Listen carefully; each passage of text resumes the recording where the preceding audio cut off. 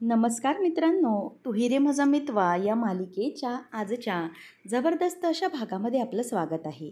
आता ईश्वरी ही अर्णवच्या केबिनमधून लॉकेट घेऊन बाहेर निघालेली असताना तिला ऑफिसमधल्याच आता सगळ्या आठवणी आठवत असतात.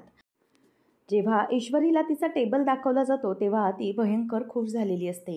हे तुझं टेबल आणि इथे तुला काम करायचं आहे हे पाहिल्यानंतर तिला खूप आनंद झालेला असतो. नंतर ईश्वरी पुढे थोडी चालत येते. त्याचबरोबर तिला अर्णवने घेतलेली काळजी आठवायला लागते. ज्या प्रकारे ईश्वरी ऑफिसमध्ये असते तेव्हा अर्णव हा तिला स्वतःचंच एक ब्लेझर देतो आणि हे घे, स्वतःला कव्हर कर असं म्हणून तो तिला ते घालण्यासाठी देतो. हे सगळं आठवत असतं. त्याचप्रमाणे ईश्वरीला हेही आठवतं की ज्यावेळेला ऑफिसमधली म्हणजेच पूजा असते त्यावेळेला अर्णव ईश्वरी हे दोघंजणंही देवाला पाया पडतात आणि गणपतीला नमस्कार करतात. हे सगळं आता तिला आठवत असतं आणि या सगळ्या आठवणींमध्ये ती पुन्हा पुन्हा रमून जात असते. त्याचप्रमाणे तिच्या हातामध्ये जे तिच्या आईबाबांचं लॉकेट असतं ते देखील ती सारखं सारखं बघत असते. आणि नंतर मग आता ईश्वरी ही तिथून बाहेर पडते आणि ती जिथे बसते तिथे येऊन उभी राहते. आता ऑफिसमधले सगळेजण अर्णवच्या आवाजाने घाबरलेले असतात. म्हणून नेमकं काय घडलं आहे हे कोणालाही काहीच कळत नसतं. म्हणून सगळेजण ईश्वरीकडे अगदी डोळे फाडून फाडून बघत असतात. ईश्वरी स्वतःच्या टेबलवर येते आणि टेबलवर आल्यानंतर तिच्या गणू बाप्पाच्या मूर्तीकडे बघते आणि बाप्पाकडे हात जोडत ती आता मनातल्या मनातच प्रार्थना करत असते. ती म्हणत असते की हे गणू बाप्पा, खरंच एकदम बढिया काम केलं आहेस तू. आतापर्यंत तुझ्याकडे मी हेच मागणं मागत होते की लवकरात लवकर मला माझ्या आईबाबांचं लॉकेट मिळू दे आणि लवकर माझी या कामातून सुटका होऊ दे. आणि तसंच झालं बघ ना. आज तू जे काही काम केलं आहेस त्यामुळे आज माझी या ऑफिसमधून कायमची सुटका होणार आहे. आणि खरंच तुझी कृपा ही अगाध आहे गणपती बाप्पा. तुझ्यामुळेच आज हे सगळं शक्य झालं. तुझ्यामुळे मी या सगळ्यातून बाहेर पडू शकले असं म्हणून ती हात जोडत असते. तेवढ्यातच तिची ऑफिसमधली कलिग विचारते की ईश्वरी, अगं काय झालं, तू तुझ्या या सगळ्या वस्तू अशा का भरतेस? तेव्हा ईश्वरीला ती विचारते की काय झालं, तुझं प्रमोशन झालं आहे का गं? तेव्हा ईश्वरी म्हणते की नाही, प्रमोशन नाही झालं आहे माझं, मी हा जॉब सोडते. त्यावेळेला ती जेव्हा जॉब सोडते असं म्हणते सगळ्यांना धक्का बसतो. सगळे म्हणतात की काय, तू जॉब सोडतेस? तेव्हा ती म्हणते की हो, आताच मी रेजिग्नेशन लेटर सरांना देऊन आली आहे. तेव्हा मग आता सगळेजणं बघतच राहतात आणि म्हणतात की का, तू का सोडलास जॉब? तेव्हा ईश्वरी म्हणते की हो, मी हा जॉब सोडला आहे. तेव्हा मात्र सगळ्यांनाही ते धक्का बसलेला असतो. ईश्वरी असा अचानक कसा काय जॉब सोडू शकते याचा सगळ्यांना प्रचंड मोठा धक्का बसलेला असतो. ईश्वरी म्हणते की झालं, माझं इथलं ऑफिसमधलं काम आता संपलं आणि म्हणून मी निघून जाते. मग आता तिथलाच एक कलिग म्हणतो की पण असं कसं, तू अचानक कसं जॉब सोडू शकलीस काहीही न बोलता? तेव्हा ईश्वरी म्हणते की नाही, मी सरांना लेटर दिलं आहे आणि त्या लेटरवरूनच त्यांना समजलं आहे की मी हा जॉब सोडला आहे. चला, मी आता निघते. तेव्हा सगळेजणं खूप अगदी हैराण झालेले असतात. ईश्वरी सगळ्यांसमोर हात जोडते आणि म्हणते की परत एकदा तुम्हा सगळ्यांचे खूप खूप आभार. तुम्ही सगळ्यांनी मला ऑफिसमध्ये खूप सांभाळून घेतलंत. मला खूप तुम्ही मॅनेज केलंत आणि मला खूप समजून देखील घेतलंत. खरंच खूप खूप थँक्यू त्यासाठी. सगळ्यांचे आभार आणि धन्यवाद. असं म्हणून आता ईश्वरी ही तिथून निघून जात असते आणि प्रत्येकाचे आभार मानते आणि आनंद चेहऱ्यावर असतो परंतु मनात भरपूर दुःख असतं. ईश्वरी ही स्वतःचीच बॅग घेते आणि तिथून आता निघून चाललेली असते. कोणीही तिला बाय बोलत नाही. ईश्वरीचं हे निघून जाणं कोणालाही पटलेलं नसतं. परंतु ईश्वरी आता तिथून कोणालाही काहीही न एक्सप्लेन करता निघून गेलेली असते. कोणालाच काहीच कळत नाही. तेवढ्यातच मागून आता अर्णव येतो आणि ईश्वरीचे पाय तिथले तिथे थांबले जातात. अर्णव हा मागूनच ईश्वरीकडे बघत असतो. त्याला मनातून असं वाटत असतं की कदाचित ईश्वरी थांबेल. म्हणूनच आता तो ईश्वरीकडून मागून अगदी आशेने बघत असतो. त्याच वेळेला ईश्वरी तिथेच उभी असते. जाता जाता तिचेही पाय तिथेच थबकले जातात. परंतु सगळेजण आता लांबूनच अर्णवकडे बघत असतात. काय झालं आहे हे कोणाला काहीच माहीत नसतं. या सगळ्याचा जबरदस्त असा धक्का बसलेला असतो. अर्णव ईश्वरीकडे मागून बघत असतो परंतु ईश्वरी ही आतल्या आत खूप जास्त त्रासात असते. आतून म्हणजेच तिला त्रास होत असतो. ऑफिस सोडताना तिच्या मनातच एक वेगळीच भीती निर्माण झालेली असते आणि पुन्हा एकदा ती स्वतःचंच लॉकेट बघते आणि मग काहीतरी मनाशी निश्चय करते आणि आजूबाजूला आता कुजबूज सुरू झालेली असते. ईश्वरीला लॉकेट मिळालं हे पुन्हा एकदा ती स्वतः मनाला सांगते आणि तुझं इथलं आता काम संपलं असंही स्वतःला ती मनातल्या मनात समजवते आणि नंतर मग ती तिथून निघते. तर इथे आता जेव्हा ईश्वरी निघून गेलेली असते तेव्हा सगळ्या जणांमध्ये चर्चा होते की नेमकं काय झालं, असं काय घडलं, ईश्वरी निघून गेली. आता जेव्हा ईश्वरी ही निघून जाते तेव्हा अर्णवला हा पुन्हा राग येतो आणि तो पुन्हा त्याच्या केबिनमध्ये निघून जातो. ईश्वरी आता फायनली स्वतःचा मनाचा धीर एकवटून निघून गेलेली असते. त्यानंतर आपल्याला पाहायला मिळतं की इकडे आता आजी आणि अविनाश याच्यामध्ये काहीतरी गप्पा रंगलेल्या असतात. आजी म्हणत असते की अविनाश, अरे तुला माहिती आहे का, काल आपला चिंटू तिकडे गेला ना ईश्वरीला पर्स द्यायला, तो काही मीटिंग होती म्हणून नव्हता गेला. अरे तो फक्त तिला पर्स देण्यासाठी म्हणूनच गेला होता, असं म्हणून दोघे आता एकदम खुश होत असतात. तेवढ्यातच तिकडे ईश्वरी ही ऑफिसमधून सुटली याचा आनंद हा इकडे वल्लरीला झालेला असतो. वल्लरी आता दुधात मिठाचा खडा टाकायला येते आणि म्हणते की घ्या घ्या, गरमागरम जिलेबी घ्या, अगदी मस्त आहे हा, असं म्हणून आता अविनाश म्हणतो की काय वल्लरी, आज चक्क तू जिलेबी घेऊन आली आहेस स्वतः? तेव्हा ती म्हणते की हो, मला ना खूप आनंद झालेला आहे आणि म्हणूनच त्या आनंदाच्या भरामध्ये मी आता घरामध्ये जिलेबी घेऊन आली आहे. मी तुम्हाला काय सांगू, मला किती आनंद झाला आहे तो. तेव्हा आजी म्हणते की अगं वल्लरी, काय आहे ते जरा नीट सांग ना, तुझा आनंद ऐकला की आम्हाला भीतीच वाटते बाबा. तेव्हा ती म्हणते की कसला आनंद म्हणून काय विचारता? अरे खरं तर एका व्यक्तीचा पर्दाफाश झाला म्हणून मला आनंद झालेला आहे. तुम्हाला वाटत होतं ना ती ईश्वरी देसाई ती खूप चांगली आहे, खूप सोज्वळ आहे, परंतु ती किती स्वार्थी आणि मतलबी आहे आज तिने सिद्ध करून दाखवलं. तेव्हा आता आजी म्हणते की अगं काय बोलतेस काय तू? तेव्हा वल्लरी सांगते की आज ती ईश्वरी देसाई ऑफिस सोडून निघून गेली. तेव्हा मग अविनाश म्हणतो की अगं वल्लरी, हे तुला कसं माहिती? हे काय बोलतेस तू आणि तुला हे कसं कळलं? तेव्हा ती म्हणते की ते तितकंसं महत्त्वाचं नाही हो, परंतु मी तुम्हाला सांगते ते महत्त्वाचं आहे, ते ऐका. अहो त्या ईश्वरी देसाईला काय ते ऑफिसमधून इन्सेंटिव्ह मिळाले ना, मग तिला तिचं ते लॉकेट परत हवं होतं, ते तिने घेतलं आणि मग एकदाची गेली निघून. बघा तुम्हाला हवं असेल तर चौकशी करा. आणि मग वल्लरी ती जिलेबी खात असते आणि म्हणते की वा वा, किती मस्त आहे जिलेबी. तेवढ्यातच अविनाश आता आकाशला कॉल करतो आणि अविनाश विचारतो की सगळं ठीक आहे ना आकाश ऑफिसमध्ये? तेव्हा तो हो असं म्हणतो. नंतर म्हणतो की मला सांग, ईश्वरी आहे ना तिथे ऑफिसमध्ये? तेव्हा मग आकाश म्हणतो की नाही डॅड, ईश्वरी ऑफिसमध्ये नाही आहे. ॲक्च्युली जस्ट नाव तिने रिझाईन केलेलं आहे आणि ती ऑफिस सोडून निघून गेली आहे. तेव्हा मग आता अविनाशला धक्का बसतो. तो म्हणतो की काय बोलतोस काय तू हे? तेव्हा मग आकाश सांगतो की हो बाबा, हे सगळं आत्ताच्या आताच झालं आहे, काही कळत नाही आहे. सकाळपासून तर सगळं ठीक होतं, परंतु मध्येच अचानक काय झालं हे काहीच कळत नाही आहे. तेव्हा आता लगेच पुढे अविनाश म्हणतो की ठीक आहे चालेल, तू घरी ये, मग आपण बोलूया काय ते, असं म्हणून अविनाश हा फोन ठेवतो. आणि नंतर मग आजी विचारते की काय रे, काय झालं? तेव्हा मग अविनाश सांगतो की हो वल्लरी सांगते ती न्यूज खरी आहे. आता हे ऐकल्यावर आजीलाही धक्काच बसतो आणि मग अविनाश पुढे सांगतो की ईश्वरी ऑफिस सोडून निघून गेले, तिने रिझाईन केले, पण नक्की हे काय घडलं आहे ना खरंच काही कळलं नाही. त्याच वेळेला आजी म्हणते हे कसं काय घडलं? तेव्हा ती म्हणते की घ्या, मी सांगितलं होतं ना आई तुम्हाला की ती मुलगी ही चांगली नाही आहे, परंतु तुमचा तर माझ्यावर अजिबातच विश्वास नव्हता. तुम्हाला त्या ईश्वरीवर फार विश्वास होता. बघितलं ना तिने काय केलं ते. तेव्हा मग आता आजी म्हणते की असं काय घडलं काय, पण ईश्वरी अशी नाही आहे, ती अचानक कशी गेली जॉब सोडून? तेव्हा मग अविनाश म्हणतो की आई आता तरी काही माहिती नाही आहे, ते दोघंजणही ऑफिसमधून परत आले की मग आपण बघूया काय झालं आहे नेमकं ते. तेव्हा आता वल्लरी म्हणते की काय झालं म्हणजे काय, खरंच तुम्हाला काहीच कळतच नाही. अहो तिचं काम झालं ती गेली, तुम्हाला सांगितलं ना मी, ती स्वार्थी आहे. तेव्हा आता लगेच अविनाश मामा म्हणतो परंतु मला सांग वल्लरी, ही न्यूज तुला कशी काय समजली? तेव्हा वल्लरी म्हणते की मला काही सांगण्याची गरज आहे का, मला ऑफिसमध्ये सगळं समजतं, त्यामुळे तुम्ही ना आता माझ्यावर असं म्हणजेच इन्व्हेस्टिगेशन करत बसण्यापेक्षा नक्की ती मुलगी कशी आहे हे समजून घ्या. आणि हो, मी आता ह्या आनंदामध्ये ही जिलेबी तर आणली आहे, मग खाऊन घेताय तर खा, कारण गरमागरम आहे.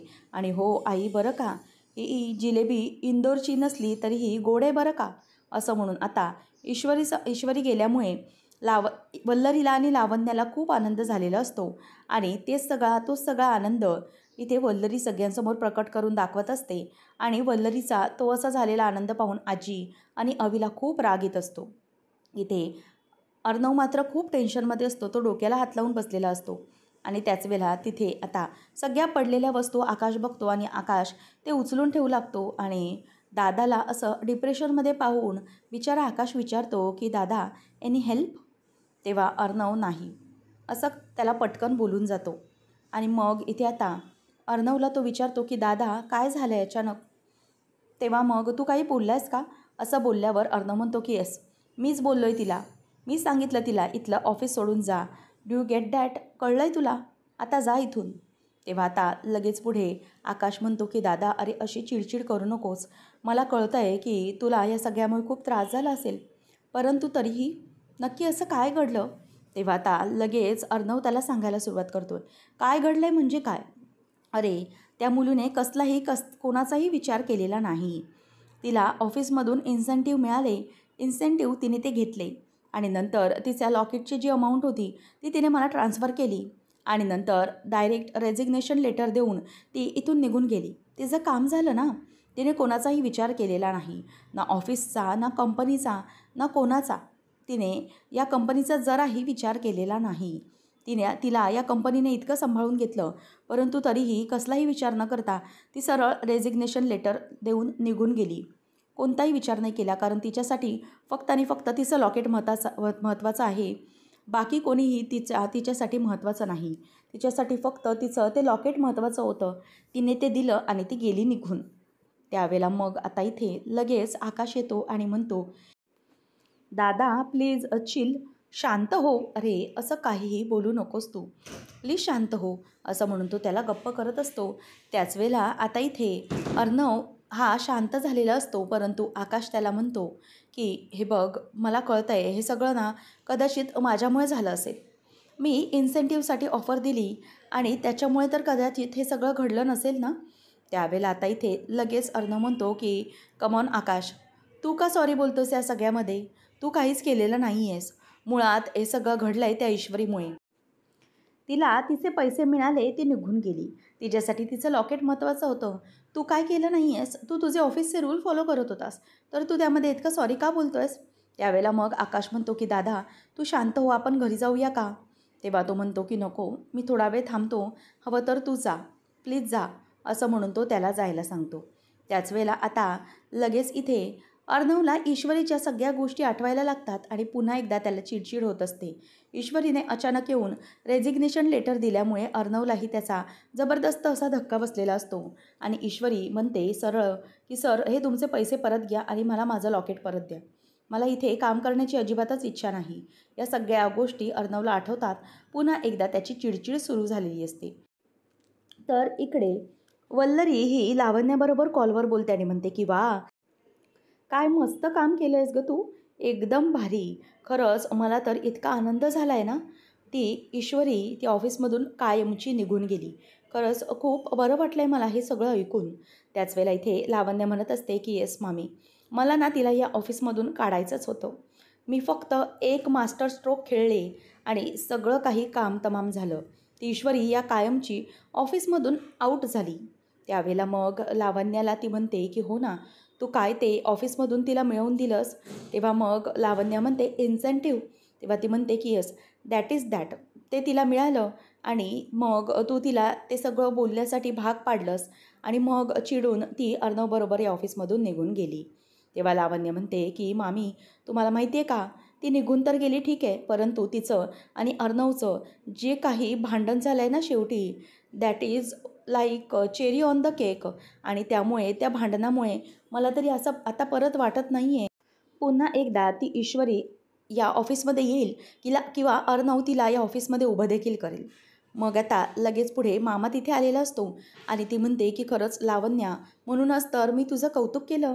तितक्यातच तिथे अविनाश येतो आणि म्हणतो की हे काय, तू लावण्याशी बोलतेस. तेव्हा मग लावण्याला वल्लरी म्हणते की बरं अच्छा आपण भेटूयात आणि तिचा फोन कट करून टाकते. अविनाश मामा म्हणतो की हे मी काय ऐकतोय, तू लावण्याबरोबर बोलतेस. तेव्हा ती म्हणते की हो लावण्याबरोबर बोलते, काही प्रॉब्लेम आहे का. माझी मैत्रीण आहे ती चांगली आणि आम्ही दोघी खूप चांगल्या मैत्रिणी आहोत, बोलतो एकमेकांशी.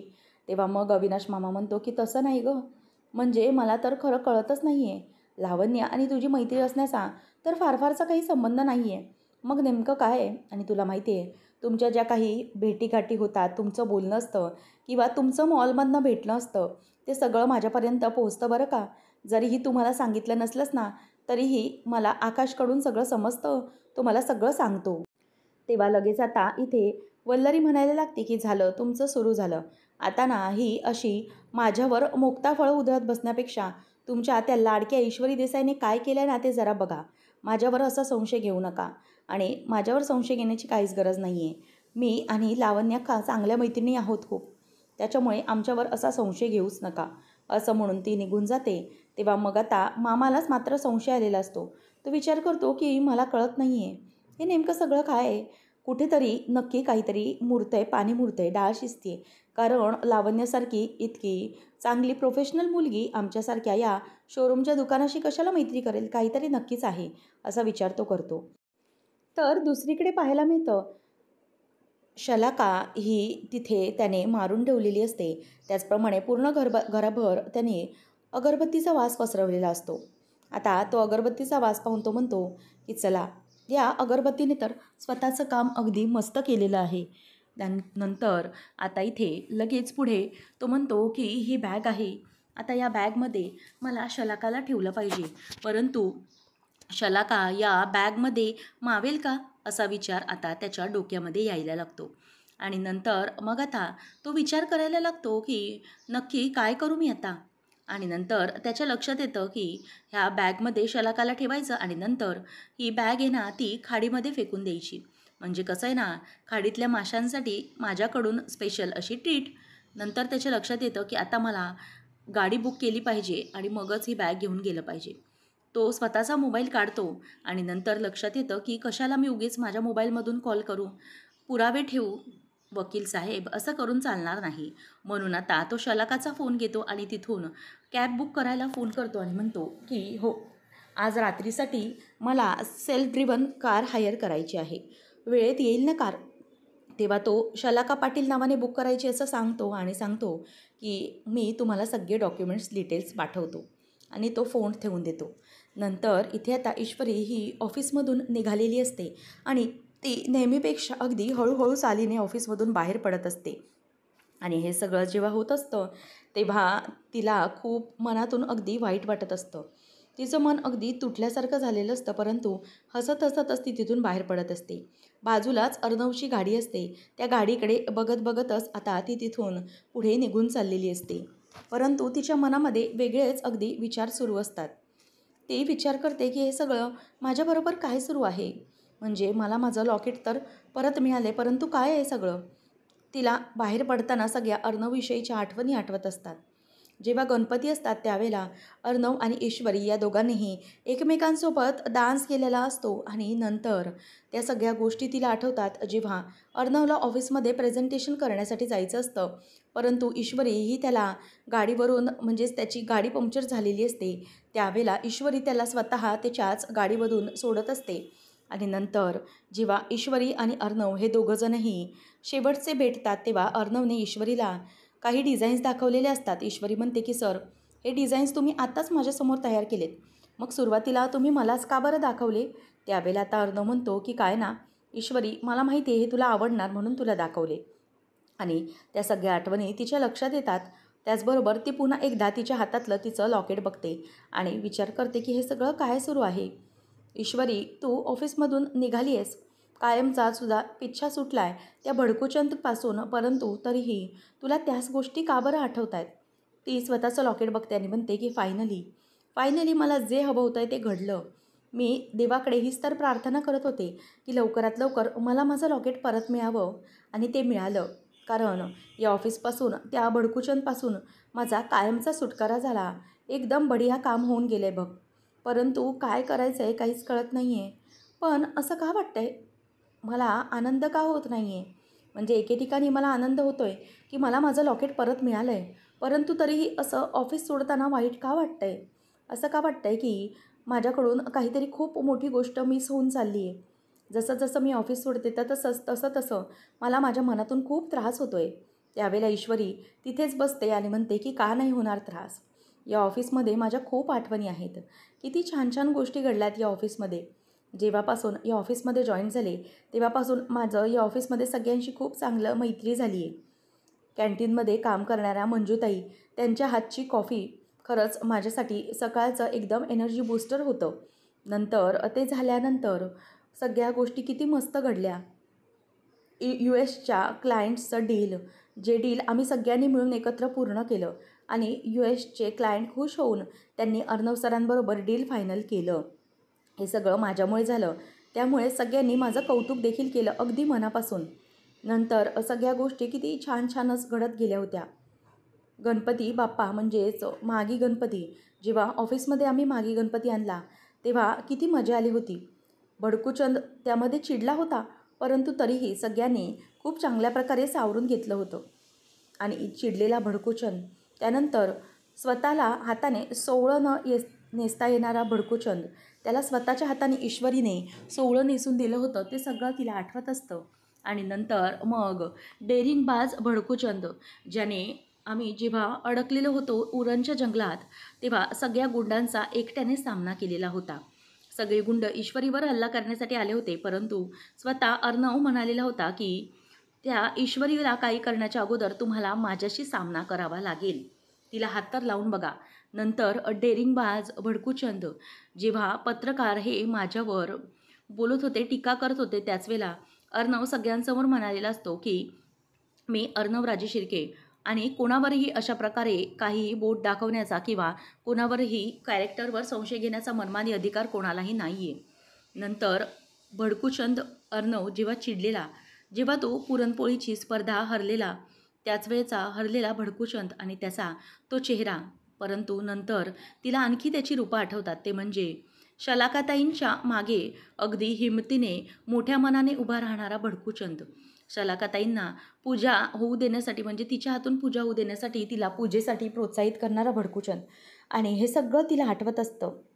आणि तेवढ्यात तिच्या स्वतःच्याच लक्षात येतं की हे सगळं काय चाललं ईश्वरी, म्हणजे तुला या सगळ्या गोष्टी का बरं आठवत आहेत. आणि आता तरी तुला भडकूचंदबद्दल काहीच आठवायला नको, परंतु तुला का असं होतंय. आता तर त्याच्यापासून कायमचा सुटकारा मिळाला आहे, कायमचा पिच्छा सुटला आहे, पण तरीही तुला त्याच गोष्टी सारख्या का आठवत आहेत. आता पुन्हा एकदा ती तिच्या आईवडिलांच्या हातातलं लॉकेट बघते आणि म्हणते की आता एकदम बढिया काम होऊन गेले.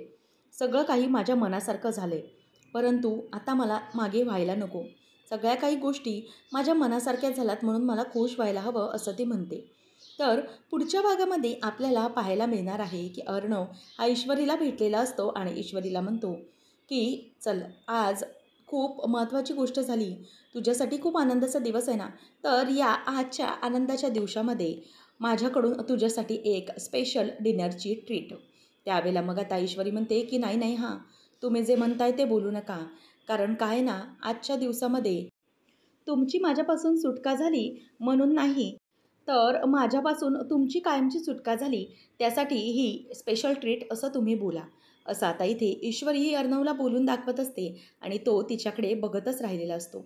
नंतर ईश्वरी आणि अर्णव दोघंजणही आता खूप टेन्शनमध्ये असतात, परंतु दोघेही चेहऱ्यावर दाखवत नाहीत. ईश्वरी म्हणते की सर, आजच्या या आनंदाच्या दिवसामध्ये आपली ही आजची शेवटची भेट. असं म्हटल्यावर अर्णवला मनातून खूपच वाईट वाटत असतं. नंतर आता ईश्वरी आणि अर्णव हे दोघंजणही खायला बसलेले असतात. त्यावेळेला ईश्वरी म्हणते की सर, बघितलं ना आज काय झालं ते. आजच्या या दिवसामध्ये एक गोष्ट घडली, ती म्हणजे एक चॅप्टर होता त्याचा एंड झाला. सुरुवातीला माझ्याकडून तुमची गाडीची काच फुटली गेली आणि तुम्ही ते लॉकेट तुमच्याकडे ठेवून घेतलं होतं आणि नंतर आजच्या दिवसामध्ये मला इन्सेंटिव्ह मिळाला आणि मी तुमचे ते पैसे परत करून ते लॉकेट परत घेतलं. हा एक चॅप्टर क्लोज झाला. असं सरळ आता ईश्वरी ही अर्णवसमोर बोलून दाखवत असते. परंतु अर्णव ईश्वरीला म्हणतो की ठीक आहे, आजचा हा एक चॅप्टर क्लोज झाला, ठीक आहे, परंतु एक चॅप्टर क्लोज झाला म्हणून तर नवीन चॅप्टरची सुरुवात तर होऊ शकते ना.